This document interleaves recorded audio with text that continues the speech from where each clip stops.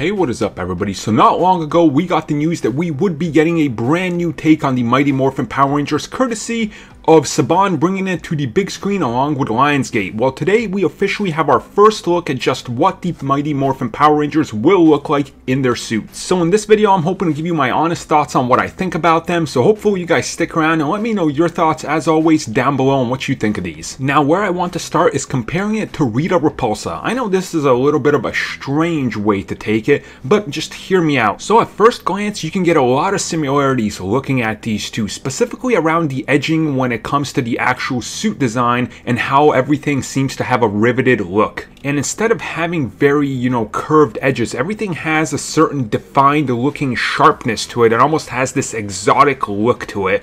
Just thought I should note that out there, as many are speculating that Rita Repulsa having the gold on there is probably going to lead to actually us seeing Tommy fully on maybe at the end of this movie or in the next one. So it would make, a whole lot of sense if her suit kind of translates some of that and it's kind of everywhere else. And a comparison I typically like to use is the Avengers. When you look at them, they all have a uniform look because of the established universe. And I actually think they're going for that here, doing an aesthetic that carries through everything. Now, speaking about these suits themselves, I honestly think these look phenomenal. They are exactly almost what I was expecting they would look like. And there are a few reasons behind this, and I think there are a few reasons people might not like them. And I'm going to hope to talk about that here right now, and why I think these suits are actually really good and very representative of Power Rangers. Now, one thing I always say when I look at the suits of something that is being remade is it recognizable? When I look at it for the first time, can I identify it with the property they are bringing back? And clear as cut as day, when I look at this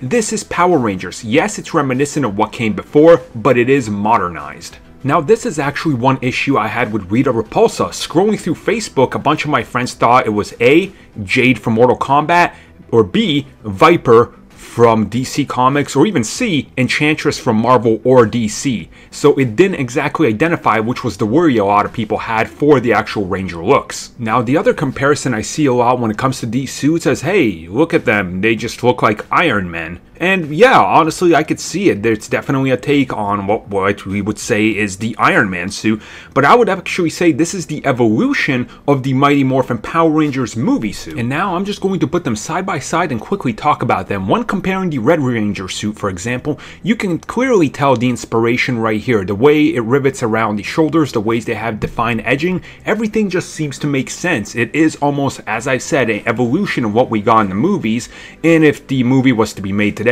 this is pretty much what you could expect. Now, I think the obvious other big thing that people are wondering about is exactly what the hell is going on there in their chest. Why is that all glowing? Honestly, no idea, other than assuming that maybe that is what, like, as they're gonna sum it up or something, like the power within or something like that. Honestly, we really have no idea what that's about and why there isn't an actual, like, individualized logo of what their animal is.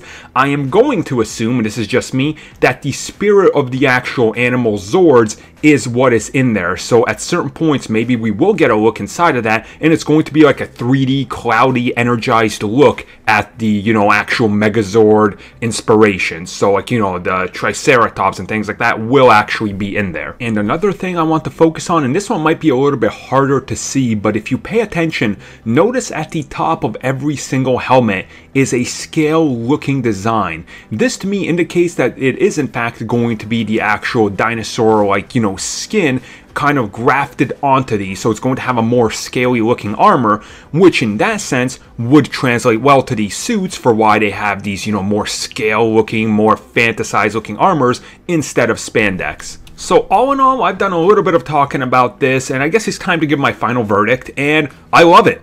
I think this is exactly what the Power Rangers needed to look like.